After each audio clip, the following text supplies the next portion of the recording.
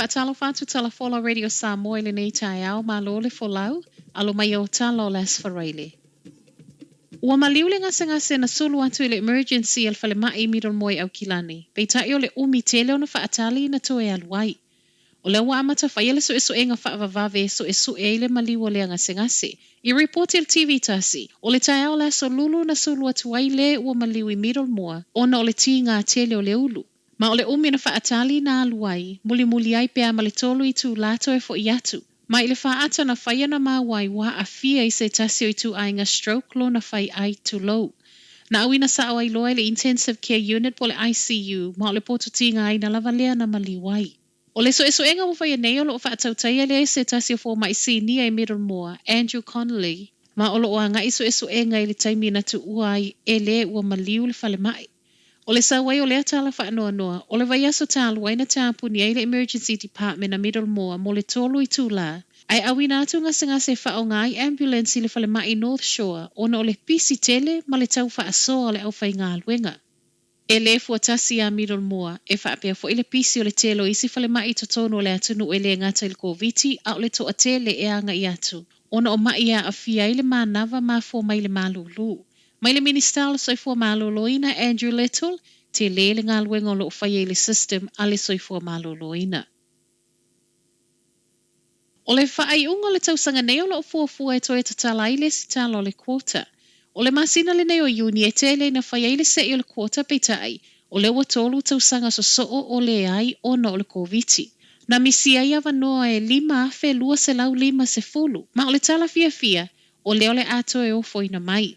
E o atu i le 5 avanoa e talo sangai visa avanoa nofo mau o whailo mai le malo ni usila. O le ato e ofo ina mai e whaapale ni e avanoa e le i whaao ngaina. O Samoa e afe se lau avanoa i le tausanga ma whaiona anga wa ai. O tonga e lua se lau 5 se fulu. Fiti e afe 5 se lau, ma le fitu 5 avanoa motu walu ma kiripati. Ia Samoa lava ia na o ia, e o mai le taimi na tu ina mai ei reporti, tolu afe tolu se lau avanoa e anga wa ai mo visa nofo mau e le i whao ngaina. E se mai le toe whaamatu umai o avanoa e le i whao ngaina o le kuota o le tolu tausanga walu. O le toe tatala o le kuota o lo whaialawa fo ima whaatala noanga mātunu u Pasifika e toe ilo ai le polo kalame. Ua whaamaunia el palemia Samoa a fionga fia me Naomi mata afa. O le a le toe so ona tatala ina i tua le sa ilinga o tangata whai ngā luenga whaavaitaimi e o mai ini usila nei. A o iei fia mea na nafi i Hawke's Bay na ia sauno manino e le o mana o le malo Samoa e tau file o mai o na tangata whai ngā luenga whaavaitaimi i nei. Ai ia sanga wha malo sia le polo kalame. O le mafu anga fo i leo lo o toe whai ailo i longa le malo i le awalo lo o fili mai ai tangata ngā lulue. Mai le pale mia o le o i tua i no umalala whanga po o whaalapo tupotonga foi. O se awala le lei e malo si e le system, ma e le ngata e mau po i nei, ai whaapea fo i Samoa. I reporti o leo amata whaanga solo i loilonga i Samoa, ma o le a whailo fo i le atunu o le taimia mai ai. O se avanoa na whaaftai ai fo i e fia me whale whai ngā luenga o lo whaafai ngā luenga ina tangata mai Samoa, e le ngata i le fesoa soani i taimil koviti, a o fetu una inga na whaia mo le whaanofo e seo o tangata whai ngā luenga. Wa whaamautino el palemia, o lo o nau ia si itia le tūlanga le leo le polo kalame, ma ia whaamaliaina. Wa vave whaamuta le tāpai ni usilo pre-departure test, po o siaki nei o le koviti e tatau na whaia mua e pasese ai ele i oso le vaalele e anga i mai ai i ni usila. O le aso tolu tasi o iulai le ana mua i o e ina e whaato a whaamutai. E ta ila so na nafi u whaamautino mai ai.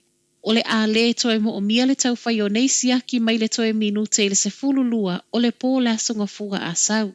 Mai le minister fo o le koviti wa tūlai mai, Dr. Aisha Verrill, o se suinga wa whai ai o na o lea ua saunga le mu, ma o lo o sau fo i lalo ma le whai numera o cases reportia.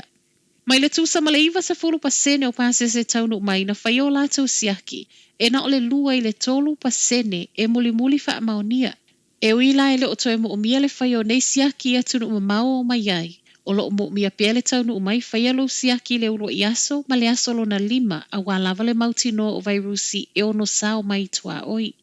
O se swinga o lo talia ma le whaaftai le to atelo pa sese, o na ua o se avenga le tau whai o nei siaki ato ai ma le tau, a o iai i atu nu mau ai ele i toi taliu mai.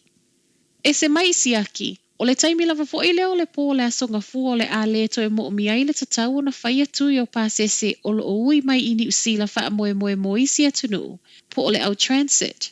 O pa sese fo i nei o le a le to e wha atalo sanga ina le wha atu mo le Traveller Declaration a ni usila, po o le tau tinonga le tatau na wha atu mu ai ele i tu lau ele ele. Ua fofonga mai fo ele malo ana na fi, o le watu mai i lalo mai le wha feta la ile na o le tasi le a feta la le wha asalanga tupe, pe a le usita ia polo a ingo tui i tua oi. O tala nā le nei tae au, manuia le nei aso.